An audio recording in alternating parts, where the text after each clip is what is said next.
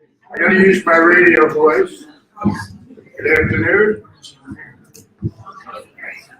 I want to welcome everybody. That's better. There you go. I want to welcome everybody to our afternoon session. Before I introduce our speaker, I will note that I am physically embodying the casual look that will be the protocol that goes into effect at the end of this session. We want you to grab your favorite Western gear, jeans, casual clothes. I want you to wear it to dinner. I want you to wear it to our afterglow festivities and tomorrow morning, because the networking events will commence afterwards. I understand there are courses involved, so you probably want to be appropriately dressed. Now, our speaker today, we went out of our way. This is generally the most dangerous speaking slot at LiveXchange, because our speaker, Allea Newbold, will be the only person standing between you and cocktail hour.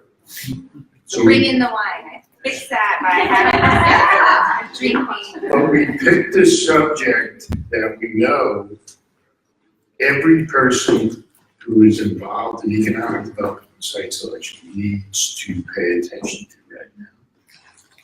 When Congress was writing the tax law, which I understand took them about 20 minutes before they voted on it, two United States senators managed to include a clause, Tim Scott of South Carolina and Cory Booker of New Jersey, which, without exaggeration, may have the most impact on economic development of anything the federal government has done in 30 or 40 years.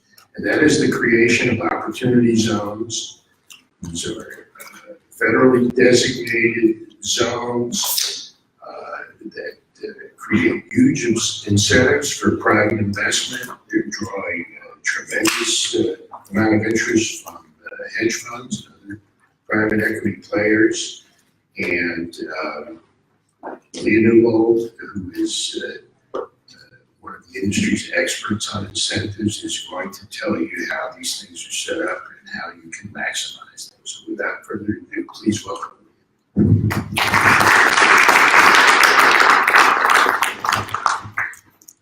Thank you very much, Jack. No one can deny that this is a hot topic.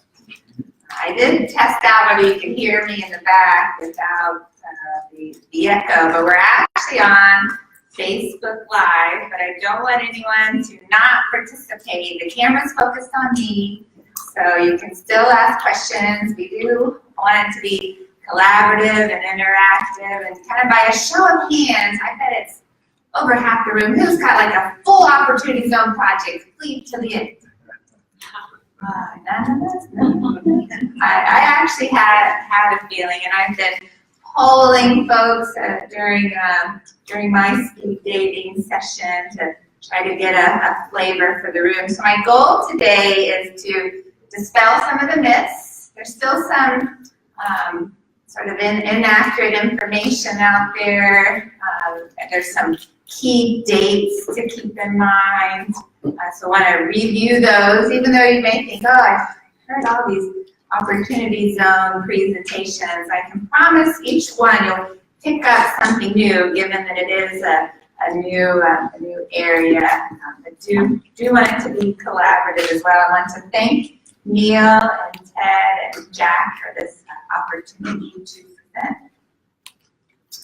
So let's start off with some headlines. These are literally just from the last, really the last 2 weeks. So these funds, this is from CNBC, these funds may make it easier to cash in on Trump's opportunity zone tax break.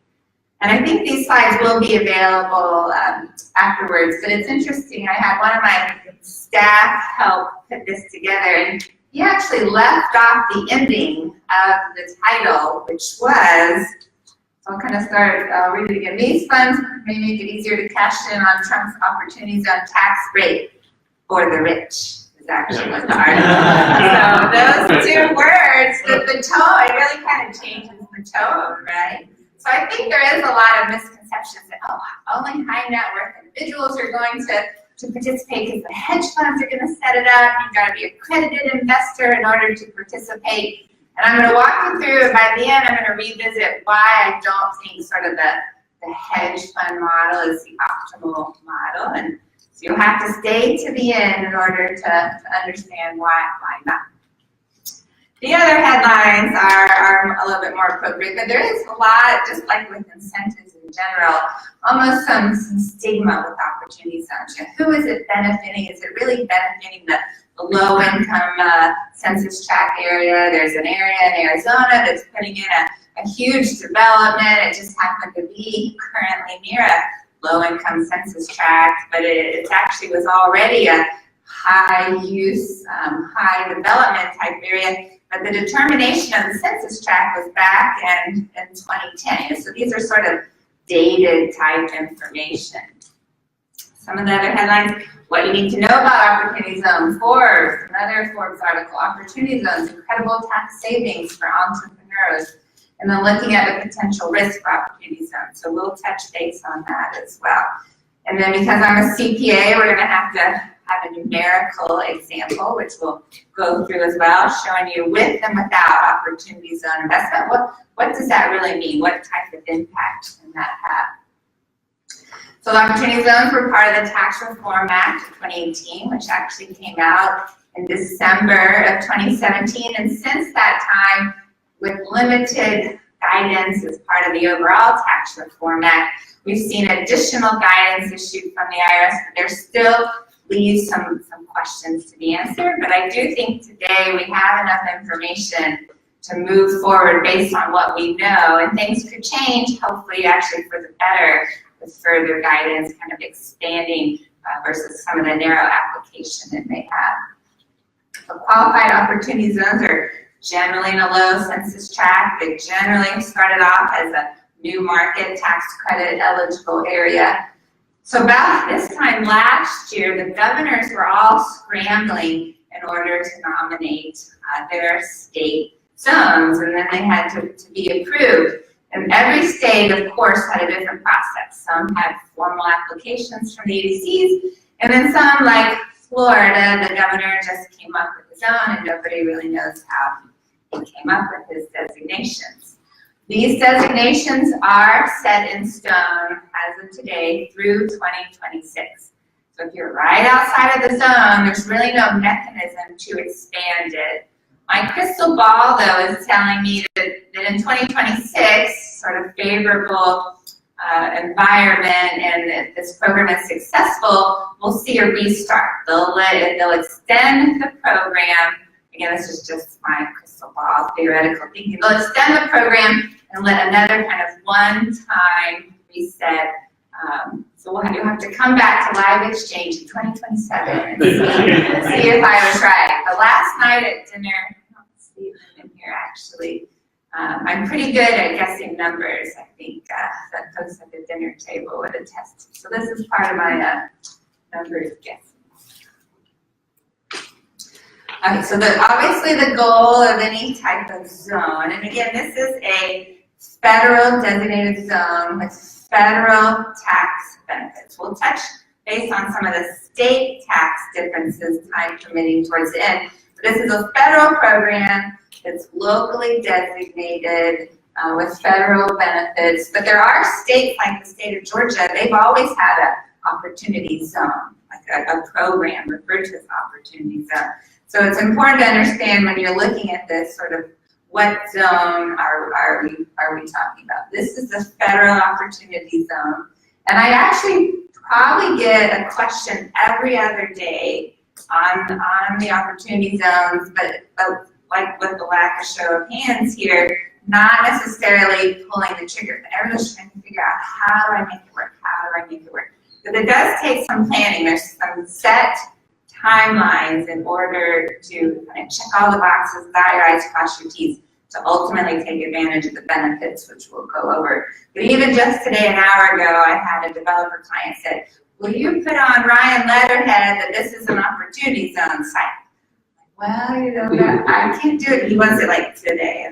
well, you know what, maybe the EDC could do that, like virtually, they may be at this conference, but there are wanting some assurance that this is a zone and it's qualified. And then ultimately, I think we're going to see some consultants getting involved to kind of almost certify in a way that it's a qualified opportunity zone business. There are some tricks there as well, which we'll talk about. The program incentivizes investors to reinvest unrealized capital gains into opportunity funds. So we'll talk more about what opportunity funds are, or OCs, in exchange for a temporary tax deferral. So just kind of the basics. It's not necessarily an upfront incentive, but the longer you hold your opportunity fund interest, the more benefit that there may be. Okay, so let's talk a little bit first about opportunity funds. So that is a special word for a special purpose entity, or you need to set up a separate legal entity to hold your opportunity zone business. And it makes sense from an IRS's perspective. They want to see that you've got a separate trial balance, separate accounting, separate tracking.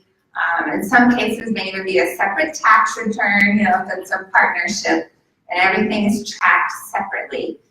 So I think that's part of the reason why they want a separate entity set up. That entity has to hold at least 95 or 90% of the assets must be in qualified opportunity zones. So when you have a transportation type business or a rail type business where all your property is really leaving that zone, there's some challenges there making sure that you qualify, and won't necessarily be an issue. There's some key testing dates for your fund, and you're looking at the 6 months after the start of the taxable year and the last day of the tax year. So we were looking at an opportunity zone investment and trying to decide when to fund our special entity, which is our opportunity fund. And when you really didn't want to put cash in on December 1st of 2018 because there was a testing date, and all my fund would be cash. It wouldn't be necessarily earmarked for a business, and just holding cash isn't actually qualified, and also just holding land necessarily. You can't use these for land banks either, and it would not necessarily qualify. And obviously, if you fail to meet these tests, you're no longer an opportunity fund. The other nice thing that the service came out with is, has anyone done new market tax credit projects? Super complicated, lots of fees involved, and they definitely simplified the process with these opportunity funds. And there was some, before guidance came out, they thought, oh, we're going to have to apply to the Treasury similar to CDEs in order to be certified as a fund. There's actually a self-certification process. And then it's basically a form for the tax return that gets attached that says, I meet these requirements, I'm an opportunity fund. And again, that's sort of the special entity used to purchase your opportunity zone business. Any questions on the fund itself? Yes? So the cash holdings are transferred from the capital gains to the fund itself and counted as 90% rule. What did you mean when you said you could certify by December 1? You didn't want to deposit funds because you wouldn't qualify as, you wouldn't meet the threshold. I didn't track you on that. So it leads into the next topic, which is opportunity zone business property. The fund must hold opportunity zone business property, and just holding cash. And that's one thing we're sort of waiting on guidance. You need more time to obviously put your cash to use, but there is a 180-day period in which to put your funds to use. But if December 1st was your last day and you hadn't identified a project that was in the zone, you may be just out of time, because you can't just park it in there and then decide, what am I going to do with my cash? So it's 80 days from selling off whatever capital assets, whatever investment you have, or 180 days from time to sell. So it's 180 days to put the cash in the fund. And the fund actually has kind of a 30-month period to improve the property, and there's some accounting that can be done there, but you can't just park the cash and while you're looking for your opportunity zone business. So let's talk a little bit about opportunity zone business property. It could be, you could invest directly in the operating business. So the fund, opportunity zone fund, owns the real estate and the operating business. Let's just say it's a hotel business. Then you could hold it directly, or you purchase opportunity zone stock or partnership interests. So think of it as direct versus indirect. Do I directly hold the business, or am I indirectly holding it because I've got opportunity zone stock or partnership interests? That gets a little bit more complicated because to qualify as opportunity zone stock or opportunity zone partnership interest, they have to hold qualified opportunity zone, sort of that real property aspect or the business aspect. Any questions so far? So I won't necessarily go through each point by point. Another thing to think about, similar to new market tax credits, there are certain ineligible businesses. So there are your golf courses, your hot tubs, massage parlor. I mean, these guys just get a bad reputation. Racetracks, alcohol. So they really repeated what new market tax credits. They call it the sin businesses. So the other thing to think about is, let's say you're an investor and you see a hotel, restaurant, warehouse. It's operating in the zone, and it looks like a great investment. It's cash flow positive. You were thinking about buying it anyway. It's in the zone. I had a gain. I want to invest. It's perfect. It matches up. I've got a business in the zone. I've got cash I want to buy, and I'm off to the races, right? No, unfortunately not. The opportunity zone combines new market tax credits, so that's the eligible area, like-kind exchanges, that's the gain deferred, and historic tax credit concept of substantially improving the property. So if you buy property for $1, you need to invest another $1. The caveat here is if you're purchasing a spec building and you're the original user, so the first time that it was being purchased, so someone else builds it and they're selling the real estate, that will qualify if you're the original user. And I actually do have a test at the end, so see how y'all are doing. Yes? I think you just answered my question, because I'm actually a part of a project that's an opportunity zone, and it's an existing hotel. But what we're looking to do is just tear that one down and rebuild another one. So is that within? Yes, as long as your purchase price is less than the new build, basically, $1 less. So again? So if let's say your purchase price is $1 million, and you're going to improve it for $500,000, that would not qualify. If your purchase price is $1 million, and you add a new $5 million, that would qualify. Okay. Yeah, so we would qualify because it's an older structure, but it's still functioning. It's profitable, but we're actually going to tear the whole thing down and rebuild and do. That would qualify.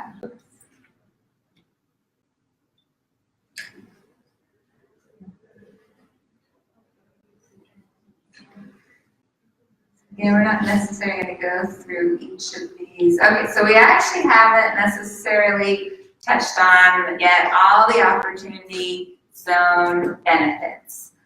So the first benefit is if you hold it for 7 years before 2026, the original gain that you deferred is reduced by 15%. So who's good with numbers? If I have to have 7 years before 2026, when do I need to invest to have that full 7-year period? Right now. Yeah. by 12/31/19. Yes, very good. Also, though, so let's say you only hold it for 5 years, then you'll have a 10% reduction. And I've got a math equation to help compare what that means from a numerical perspective. But just because you don't do it by the end of 19, if you've got 2 more years in and you hold it till 2026, you can have a 10% reduction in the original gain.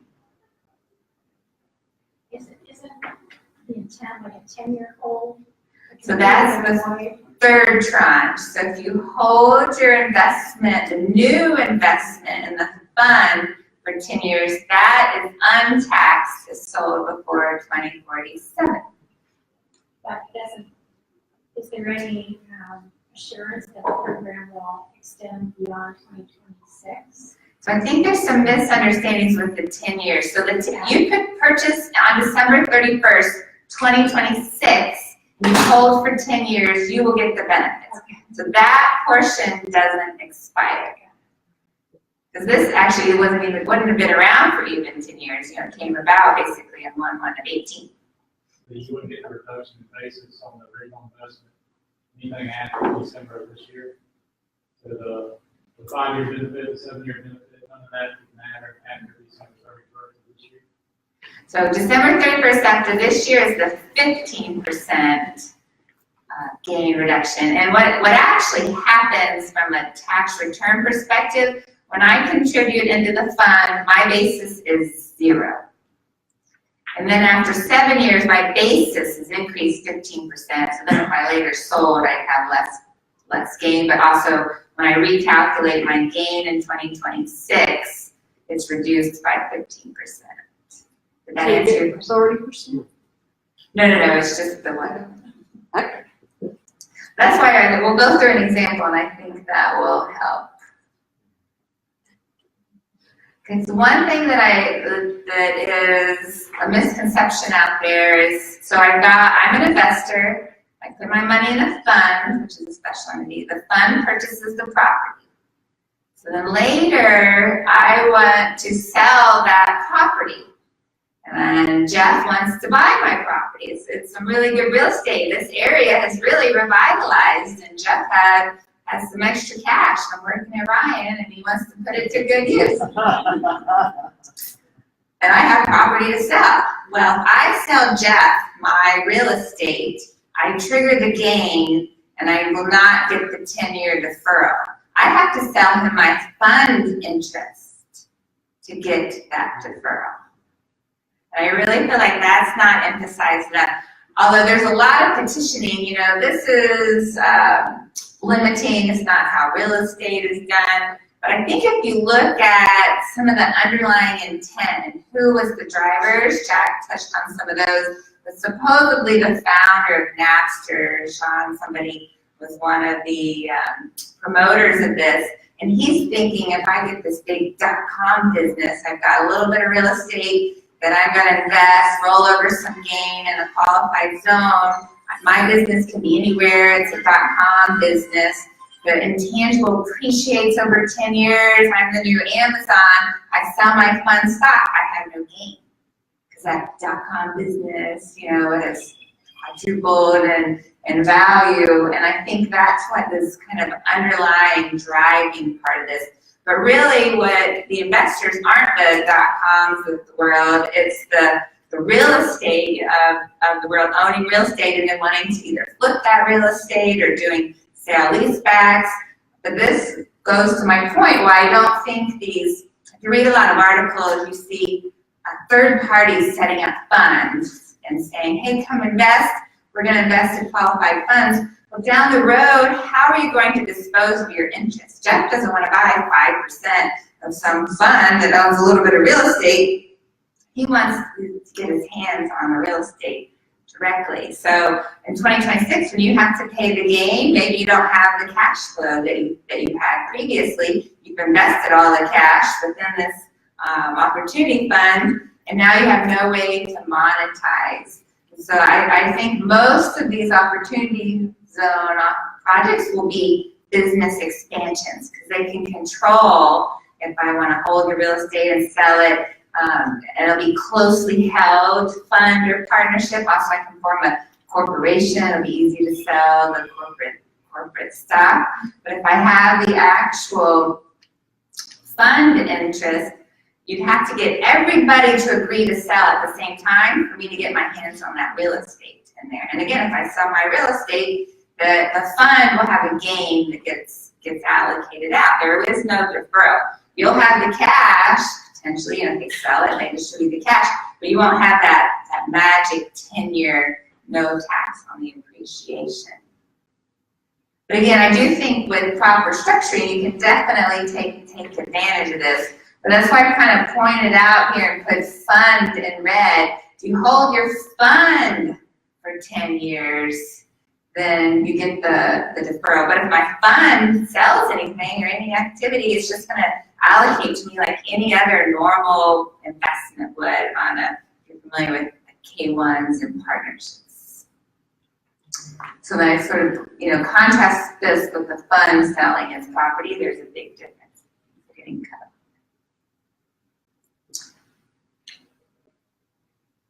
Okay, so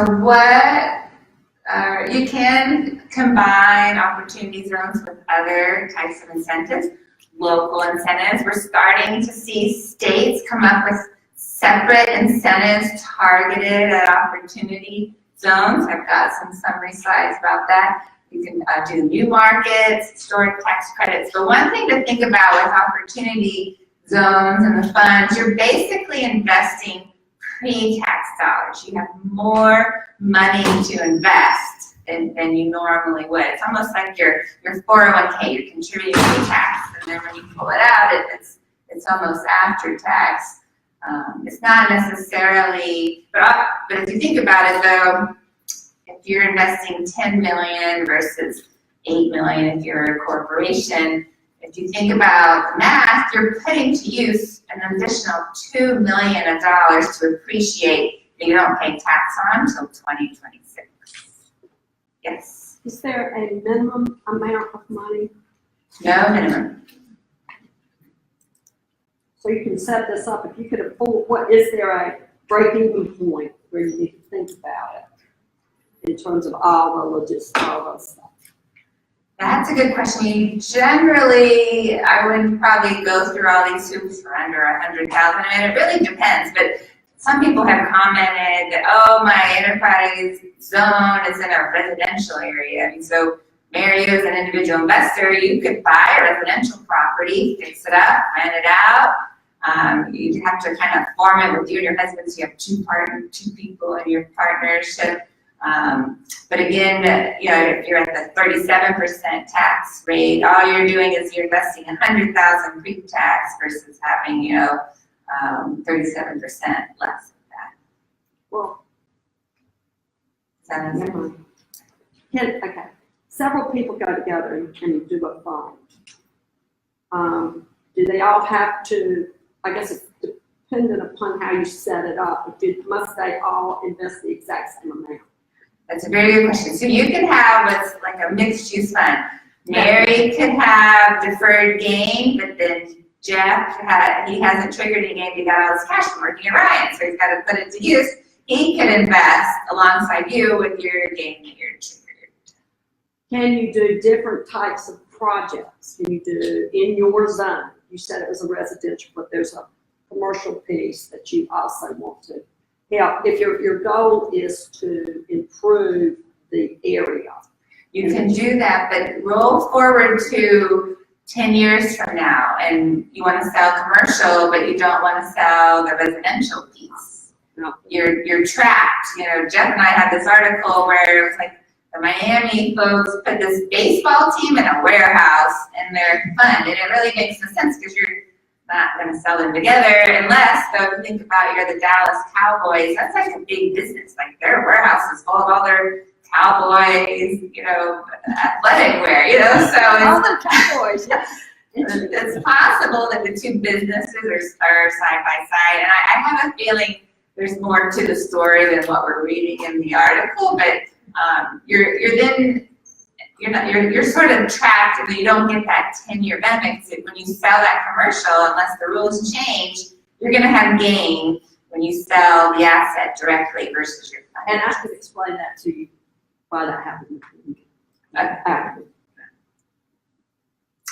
Okay, so time is changed and roll fast forward. We got 2018 or 2019, April went by really fast, but we are now in the year 2026. I zapped us all into the year 2026.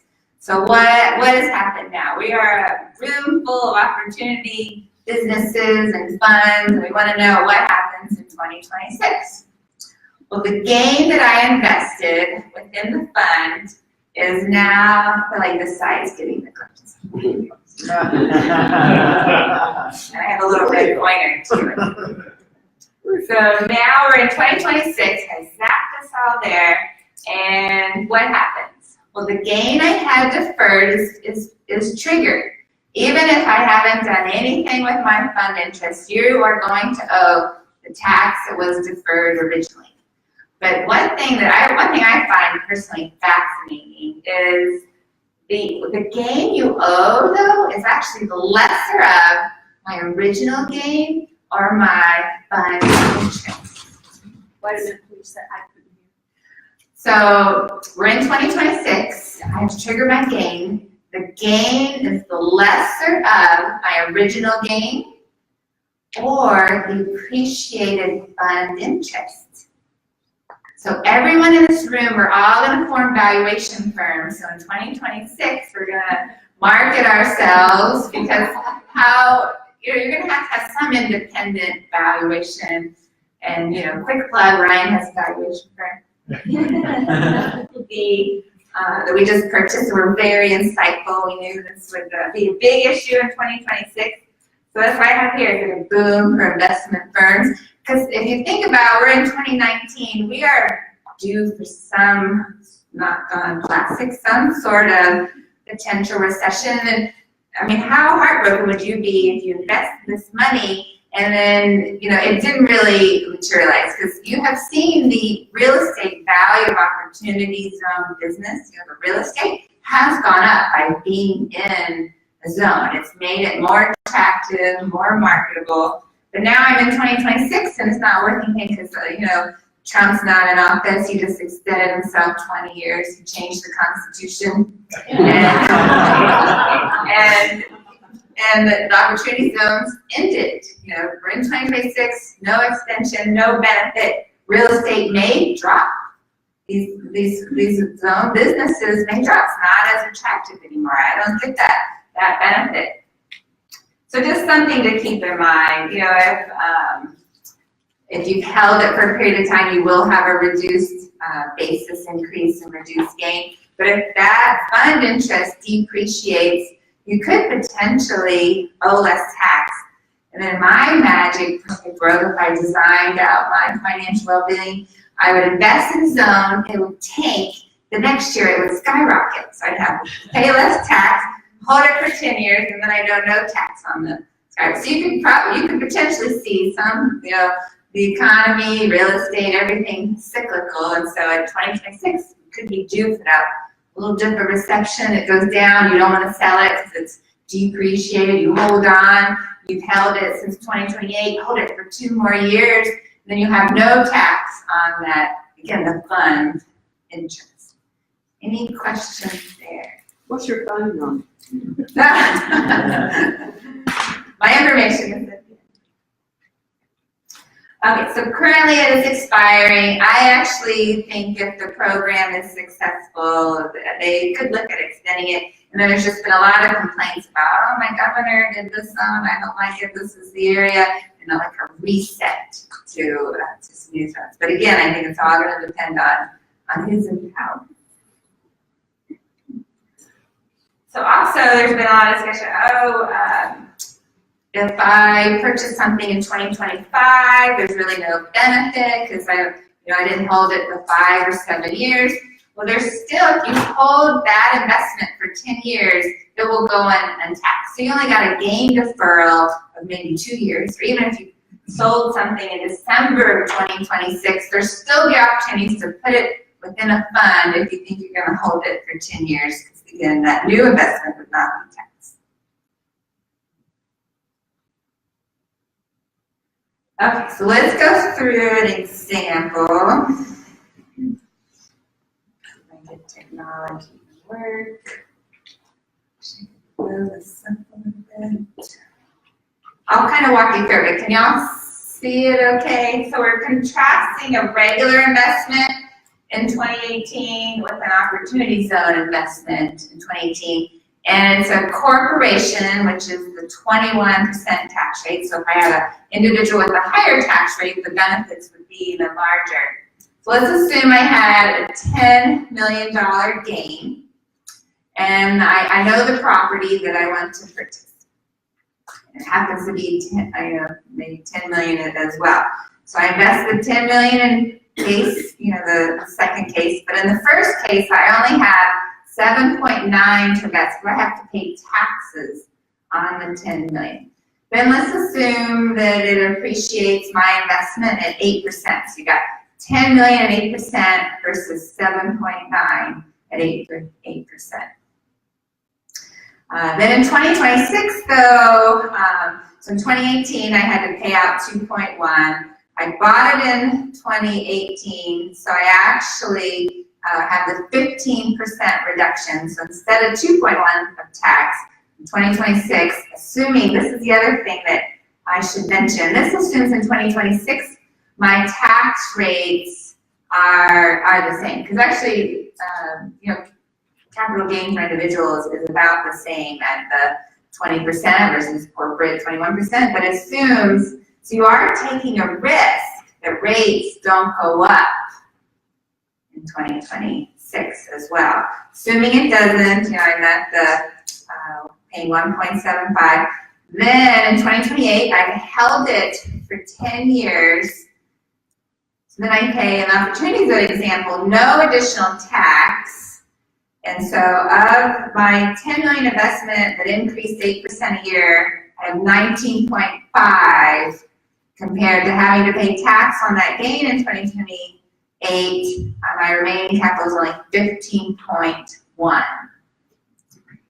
So in a regular conventional investment, I have 2.1 in tax paid in 18, another 1.9 in tax paid in 2028, because again, it's appreciated, and I didn't get, necessarily the basis increase. But this just goes to show how powerful a 10 million example could be. You could take off a zero and have it $1 million, and you're still demonstrating a sizable difference. But it just goes to show kind of putting cash to use, what that can do to your finances.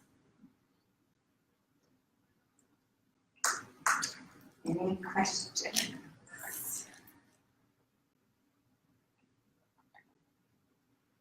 Okay, so I'm bringing us back to year 2029, or 2019, no, 2019. So this just goes through some quick examples. So again, if I have $10 million, I would normally pay 2.1 a tax. If I hold it for 5 years, I get this 10% basis increase, which saves me $210,000. If I hold it for 7 years, I save $315,000. So that's actual tax dollars. So one reason why I think corporations like this is there aren't that many permanent tax benefits. This is a permanent tax benefit. You wouldn't really get it until the year 2026 because you don't know if you're going to hold it for the requisite time. But this is a permanent tax savings for corporations.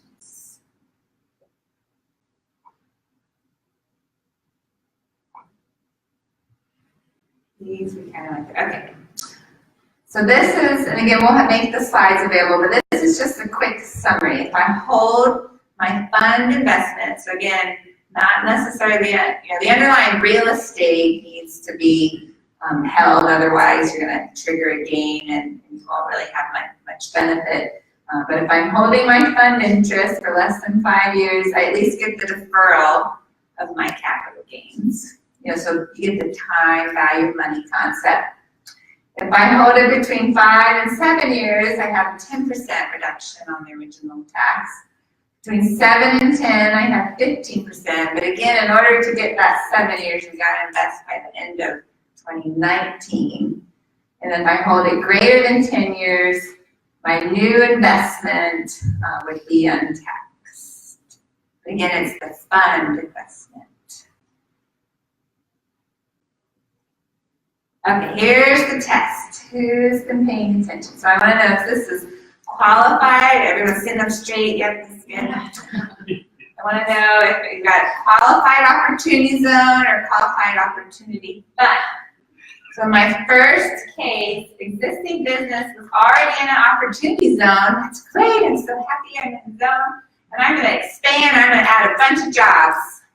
Do I get benefit from the opportunity zone? You say yes? No. Set up the fund.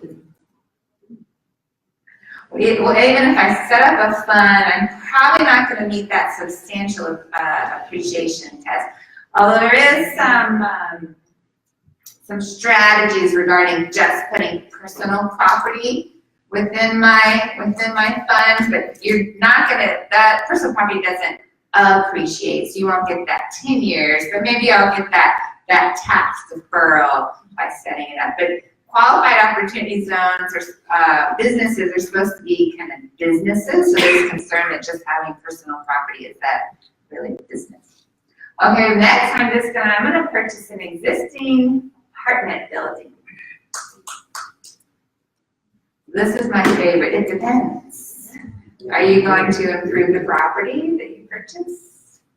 If I buy it for 5 and I add 6, I could probably benefit. But if I buy it for 5 and I don't do anything, or if I buy it for 5 and I add 4, then it would not qualify. I see this great brand new on the interstate warehouse that looks perfect. It's a spec building. Nobody's been in it yet. Do I qualify? Original use. Original use, yes. I see some more spec buildings. I'm going to purchase a vacant warehouse and I'm going to convert it to a hotel. Because you're probably going to, when putting money into a hotel, you're probably going to spend more than the original warehouse purchase price. Okay, so here's a tricky one. I didn't really give you the answer to this, so we'll see who's been reading up. Steve Carter cannot answer. I'm a partnership, and I sold an investment at a gain on October 1st, 2018. So the first scenario is the partnership's like, oh, this is great. I'm going to reinvest my money. I'm not going to give it to any partners. And I'm going to put it in an opportunity fund on May 1st of 2019. Does that qualify?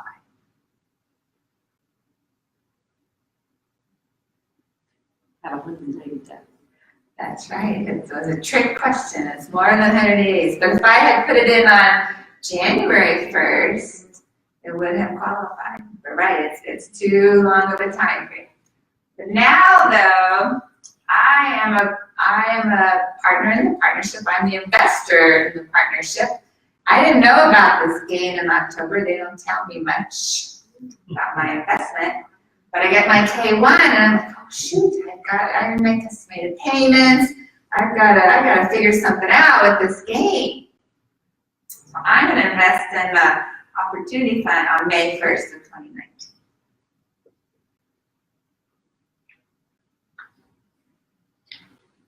See some perplex. Shall we tell you the answer? So the IRS has actually provided some flexibility here. There's 2 different dates that you can utilize.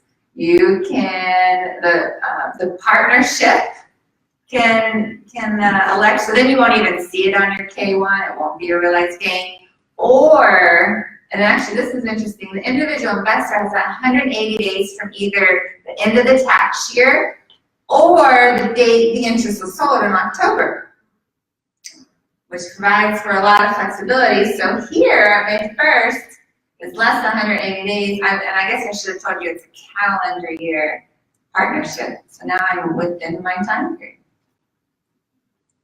Kind of a quirk with the partnership investments. But for those of you in economic development, if you're dealing with high net worth individuals and they ask for opportunity zones and you're saying, oh, that's great, what did you sell? Did you have a gain? And they say, oh, I got a partnership investment and it had a gain. You got to drill down a little bit further. Well, what's the year end of the partnership? Is the partnership investing in the fund, or are you investing in the fund? The interesting thing though with this 180 days, they may not even have their official K1 in time to know the exact gain. You have to ask the partnership, to get an estimate, and that could always change. But if it's if for some reason it was more, let's say the partnership said your allocated gain is 10 million and it ended up only being 8, but you invested 10. So that would mean 8 of your investment would be qualified and 2 would not. So you'd have to track that, those pieces of your investment separate. Okay, last question, opportunity fund builds an apartment building in an opportunity zone. It's going so well that I'm going to expand across town. I'm going to add a second location. Unfortunately, it's not in the zone. So that's a big problem. Now I've actually tainted my whole fund if I keep that legal entity expands into a second location outside of the zone. So that's why this gets a little more complicated. But your big corporate businesses of the world, they can kind of control that, and they don't always mind having separate legal entities. But if you were, you were in retirement, you got your second business, you expanded in the zone because it was more cost effective, there's other incentives there, you're doing so well, you're going to expand, now you got to form a separate entity, kind of think about a brother sister on an org chart. You can't put it underneath your fund. Then it gets complicated because it's how you're going to get the money over there, and but just some things to kind of think about. And unfortunately, things that limit, but can be worked around if you understand kind of what some of these nuances and tricks are. Yes, or do I have 5 minutes? Oh yeah, I'm old enough to remember the last time the federal government instituted a program that was supposed to spur what they call urban renewal, where this was, I believe, the late 1970s, early 1980s. They created something they called, I hope I'm getting the name right, urban renewal zones. And every community could pick a parcel of land that they had trouble developing and designate it as an urban renewal zone. And the federal government would provide funds to assist in the administration of the development of those tracts, including a $50,000 or $60,000 salary for somebody called an urban renewal administrator. And the town where I live, Wayne Township, New Jersey, lived there for 33 years, named after the Revolutionary War general, Mad Anthony Wayne, who was crazy. What the elders of Wayne Township did was they picked a property, a tract alongside the Passaic River that was in a flood zone that was never going to be developed. And then they rotated the salary of the urban renewal administrator among the members of the town council. And they did this every year for the next 20 years. And every couple of years, they'd make a big announcement. I'll never forget this. Donald Trump is going to build a hotel in the urban renewal tract. When they knew that nobody was ever going to build it. So Leah, please assure me that this is not going to turn into something like that. I can assure you it will not. But it does have some hair on it. I prefer opportunity. I prefer opportunity zones personally over new markets because new markets is so complicated. You're begging for allocations. This is in your control. You have to understand the pros and cons. But anything that's in my control, I'm in favor of. The flip side of my question is, how big an impact do you think this will have? Do you think this will? It's already increasing real estate prices.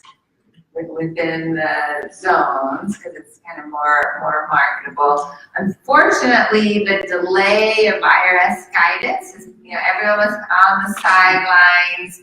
We have new guidance now. I am encouraging folks, really don't wait anymore. If you've got the right fact pattern, you know enough to put this into place, and if anything, additional guidance should provide clarity and hopefully more flexibility. But if you're able to stay within the lanes of the guidance today, I would encourage you to kind of put it to use. But again, knowledge is power. There are some limitations, especially when you're wanting to expand outside the zone. You're a little bit limited. We've got time for one or two more questions. Anybody? Is there any sense for fee structure? So, new market tax credits, what the fees involved with that? Do you have any experience to indicate what a company creating opportunity funds, what that might look like?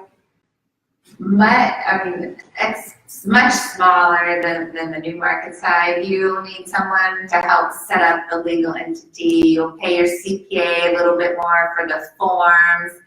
The annual compliance should be a lot easier than with the CDEs. It's hard to say, because we've had people that have wanted like opinion letters, notices, and those are more costly than just providing some guidance. But it's not, if you look at new market tax credits, you get 39% credit, but you're really only benefiting about 20%. Some of that is the discount on the sale of the credit. The rest of it is all fees, but you're looking at substantially less in fees, which is one reason why I think this will have more of an economic direct impact, and it's all within your control too, versus having to ask for money.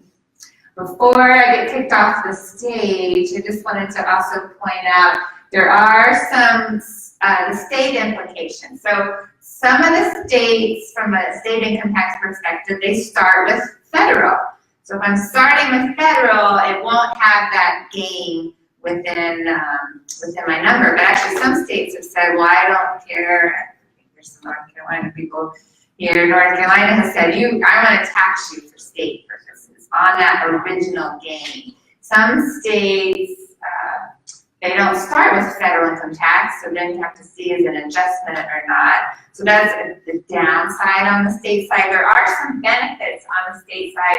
Florida's looking at reenacting their enterprise zone concept and matching it with opportunity zones. It hasn't passed, but maybe if it doesn't pass this legislation, maybe it will the next. Maryland is adding a special incentives just tied to investing within the zone. Ohio has a similar proposal. So we're looking for states to get creative. Some of the communities have said, what do I need to do?